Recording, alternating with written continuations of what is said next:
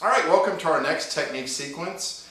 This one's going to use a few different things. I'm actually going to use an entry that's not from Naihanchi Kata, but it uses the concept of the A and D, the simultaneous attack and defense. So I'm going to be blocking and hitting the face at the same time.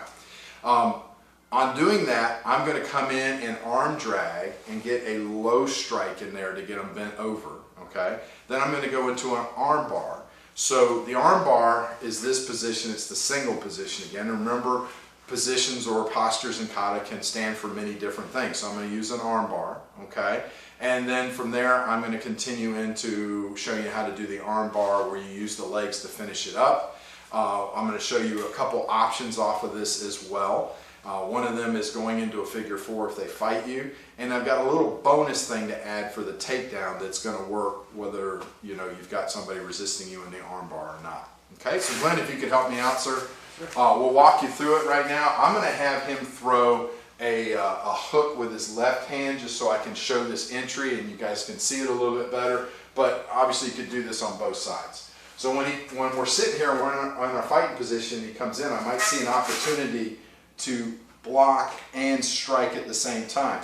This lets me roll right into my arm drag. Notice where my head is. Okay. Now I'm going to keep control of his arm. And I'm going to pike him a little bit with that shot to the lower stomach, okay? I'm going to roll into the arm bar position, all right? And to take him down, I just walk him forward a little bit, and now I can finish with my legs. And I'll show you that here a little bit more detail. So, stay right there. So get that arm drag. Now, where I like to strike with this lower strike, you can sometimes get it with a hammer fist. Sometimes you have to roll your hand and flex your knuckles so you can get your knuckles in there. I like to hit just below the belt, okay? And the reason why is because the groin is pretty tucked from that side position, but you can get that lower stomach position and get a reaction and get them to pike, okay? So as far as the arm bar, boom, I'm in. I'm just above the elbow right here, okay? And I'm pulling with this hand, pushing with this one, and dropping my weight. Now, to take them down, I walk them forward. And now for the legs, I place this hand against my knee, this one on his shoulder, break, and then tap him out, okay? I can break it very easily from here as well, too. All right? Now, I said I'd give you a little bonus. The little bonus is what I'm going to do with my legs, okay? So when I get to this arm drag position, I piked him, okay? I've got a little leg takedown that I can use. It'll work whether I have a good arm bar or not, okay? Arm bars, if you catch them at the wrong time, are not always going to work, okay?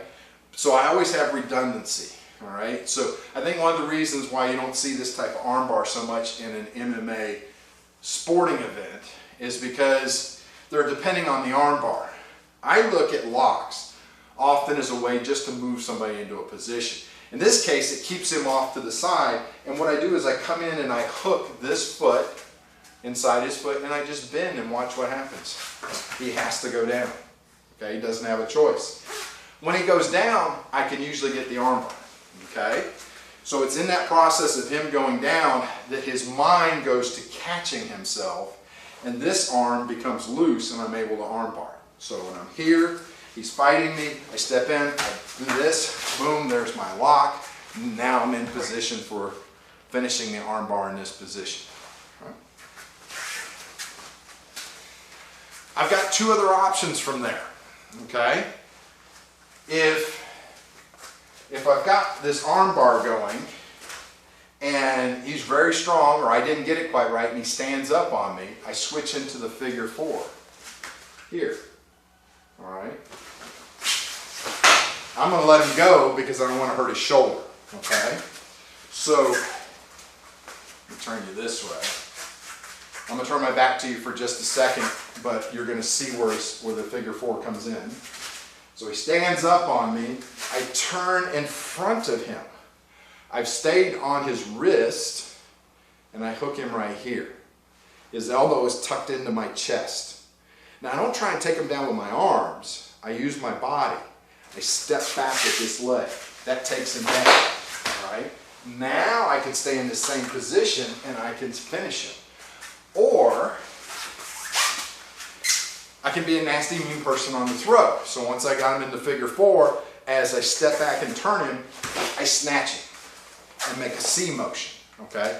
When I do this, it's gonna torque his shoulder, and when he hits the ground, it's gonna really tear him up, okay? So you can just throw them and let go as they fall, like I did the first time. You can hang on and then do a figure 4 wrist lock, which is the stacked hands at the end, okay? Or you can whip them down, hurt the shoulder on the way down, okay? Let's just kind of do this in a free flow so you can see what it looks like.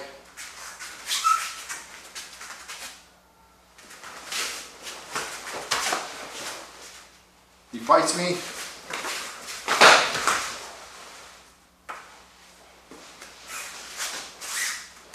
All right. So that gives you an instance there. Now, should you have some jiu-jitsu skills or submission wrestling skills and you want to turn this into a ground fight, okay, we could shuck them and take their back, and then you could do something like a sit-down throw and take them down. I'll show you what I mean.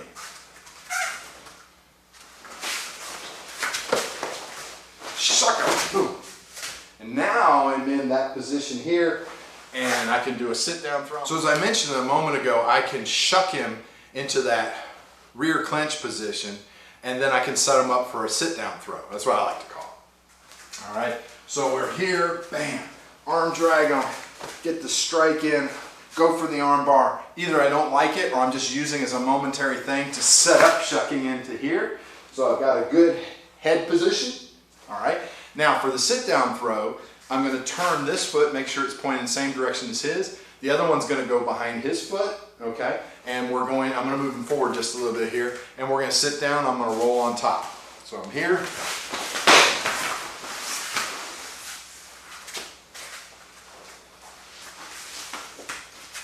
Okay, from the side, and this way. So once I'm in this position, okay, I'm just going to keep this foot pointed in the same direction as his. This one's going to come in behind his legs. I sit straight down, roll right on top.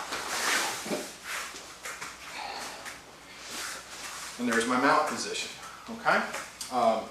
So let's do the basic one with the arm bar from beginning to end.